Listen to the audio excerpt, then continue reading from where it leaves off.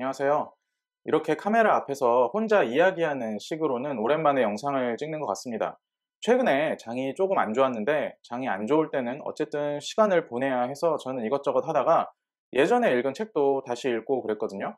근데 책을 처음 읽을 때는 안 보이던 것들이 이번에 다시 읽으니까 이것저것 그간 경험들과 좀 연결되면서 중요하다고 생각되어지는 부분이 있어서 이렇게 영상을 새롭게 찍게 됐습니다. 요즘 아마 웬만한 사람들은 투자가 답답하거나 힘든 분들이 많을 겁니다.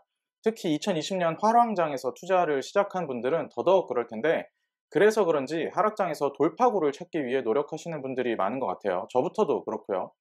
주위를 보거나 시장을 보면 그래서 한쪽에선 더더욱 종목에 집중하고 개별 기업 스터디에 더 집중하고 그러는 분위기가 많고, 다른 한쪽에서는 무서워서 현금화시키거나 손절하면서 잠시 시장을 떠나는 부류가 또 많은 것 같아요. 우리가 통상적으로 투자에서 성과, 그러니까 수익을 높이기 위해 종목에 집중을 하잖아요. 하락장은 종목으로 뚫어야 한다는 말도 많이 하고요. 종목에 깊게 파고들어서 확신이 생기면 집중 투자를 하기도 하고 리밸런싱을 하기도 하고 분산 투자할 때 한 축으로 삼기도 합니다.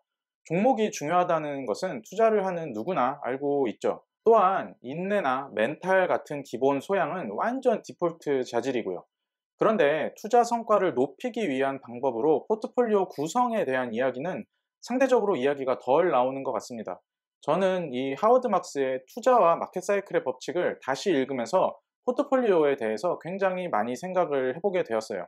오늘 이야기할 것은 포트폴리오 포지셔닝에 대한 이야기입니다.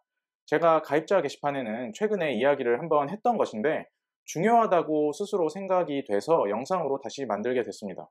하워드 막스가 이야기하는 투자 성과를 높이는 법은 책의 극초반부부터 명확하게 나와요. 책의 논의의 시작점이라고도 할 수 있는데요. 하워드 막스는 기본적으로 거시적인 미래는 예측을 잘 한다면 투자 성과를 높이는 데 결정적 기여를 할 수 있겠지만, 그런 거시적 미래 예측을 남들보다 잘할 수 있는 사람은 없다라고 확신합니다. 따라서 막스는 세 가지 영역에서 시간을 유익하게 사용해야 투자 성과가 유의미하게 높아진다고 주장을 하는데요. 그 세 가지는 다음과 같아요. 첫 번째로, 내가 알기 쉬운 정보라고 부르는 것들, 이를테면 산업, 기업, 주식의 펀더멘털에 대해 다른 이들보다 더 알려고 노력한다. 두 번째, 방금 말한 펀더멘털에 투자할 때 지불할 적정 가격을 안다. 세 번째, 속해 있는 투자 환경을 이해하고 그러한 환경에 대응해 포트폴리오를 전략적으로 포지셔닝할 방법을 정한다. 투자를 하다 보면 1번과 2번 이야기는 무수히 많이 나옵니다. 서두에서 이야기했던 것도 다 1번과 2번에 대한 이야기예요. 주식 분석과 밸류에이션 판단이 그 두 가지죠. 3번이 의외로 굉장히 중요하지만 잘 이야기되지 않는 주제입니다.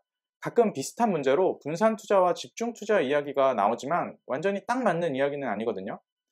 단순히 주식 분석을 바탕으로 밸류에이션 판단을 해서 업사이드가 큰 자산과 가치와 가격의 괴리가 큰 자산으로 포트폴리오를 만들면 되지 않느냐라고 이야기할 수도 있지만, 하워드 막스는 이 책에서 정해진 시점에서 포트폴리오의 포지셔닝을 최적화하는 가장 좋은 방법은 공격과 방어 사이에 유지해야 할 균형을 결정하는 것이다 라고 포트폴리오 포지셔닝에 대해서 이야기를 합니다. 여기서 우리가 기억해야 할 단어가 바로 균형이라고 저는 생각을 해요. 이거 정말 중요합니다. 아마 다른 구체적인 이야기를 하지 않더라도 지금 약 10개월 내외의 하락장을 지나면서 포트폴리오의 균형에 대해 피부로 다들 공감하고 있을 것 같습니다.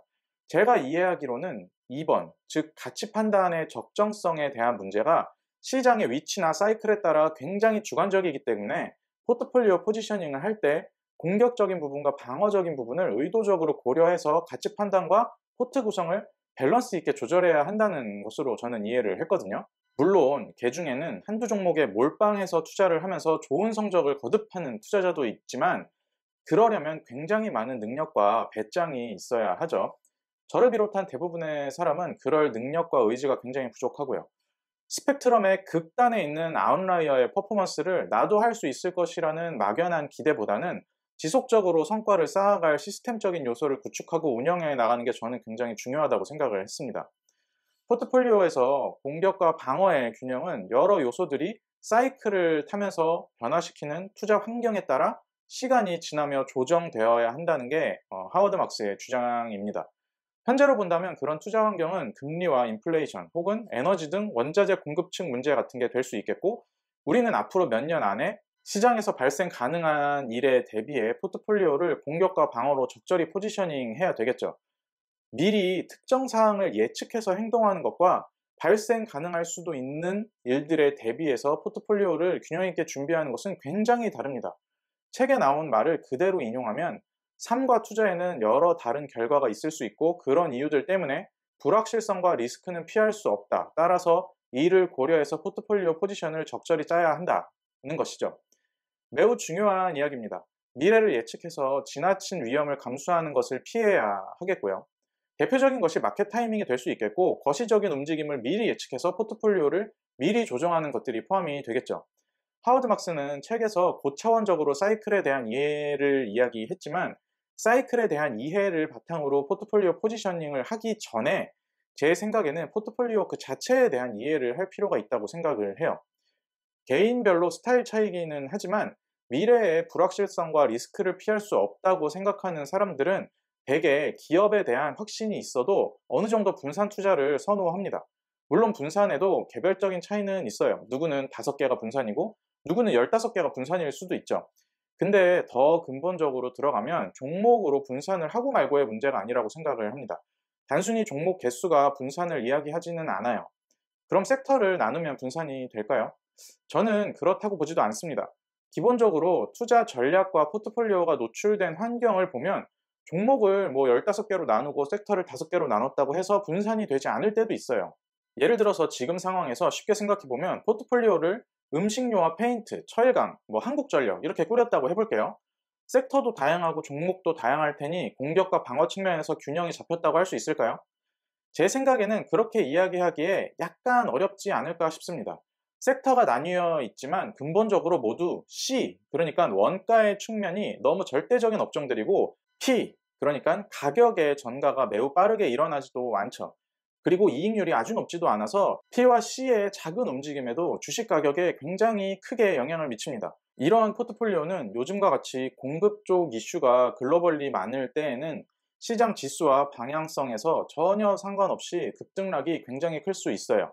여러 요소들이 사이클을 타면서 변화시키는 투자 환경에서 특정 요소의 움직임에 포트폴리오를 지나치게 연동시키는 것이죠.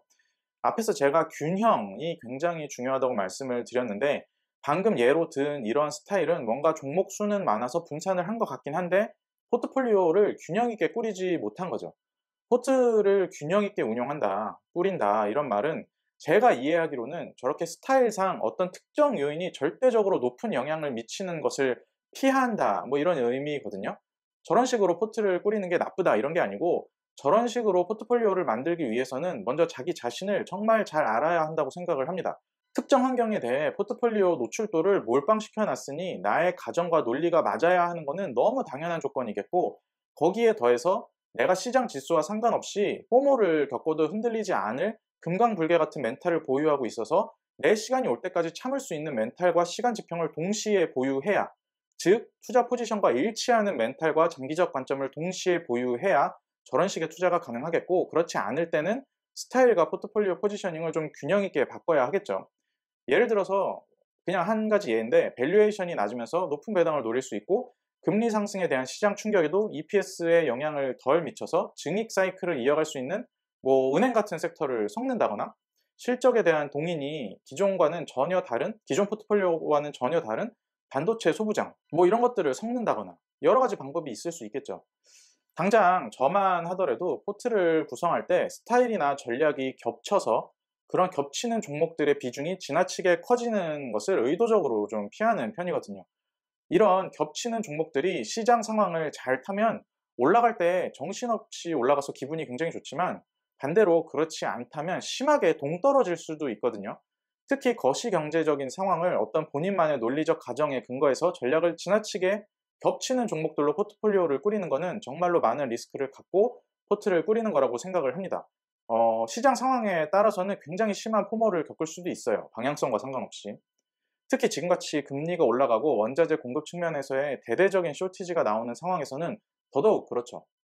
하락장에서 정수리가 쪼개지도록 쳐맞을 때는 어차피 모두가 같이 맞는 거라서 이런 차이들이 잘 안 보일 수도 있지만 언젠가 늘 그랬듯이 하락장이 마무리되고 반등의 시간이 찾아오면 모두가 다 같이 손잡고 위아더 월드로 상승하지는 않을 텐데, 만약 본인이 선택한 방법이 적당한 분산과 균형 잡힌 안정적인 포트 운영이라면 진짜 그런 방법으로 포트를 운용하고 꾸리고 있는지 꼭 다시 한번 점검을 해봐야 한다고 생각을 합니다. 내 전반적인 철학과 기질, 그리고 실제 꾸려진 포트가 생각보다 다른 경우가 굉장히 많습니다. 하락장이 왜 이런 것들을 다시 점검하기 좋냐면, 하락장에서는 웬만한 것들은 가리지 않고 전부 쳐맞기 때문에 이런 것들을 점검해서 조정할 때 기회비용이 평소보다 작을 수 있습니다. 종목에 대한 스터디도 좋지만 이런 전반적인 것들, 특히 자기 스타일과 자기 철학과 실제 포트가 일치되는지 그런 것들을 한번 점검해 보면 굉장히 좋을 것 같아요. 제가 드릴 말씀은 여기까지였고요. 들어주셔서 감사합니다.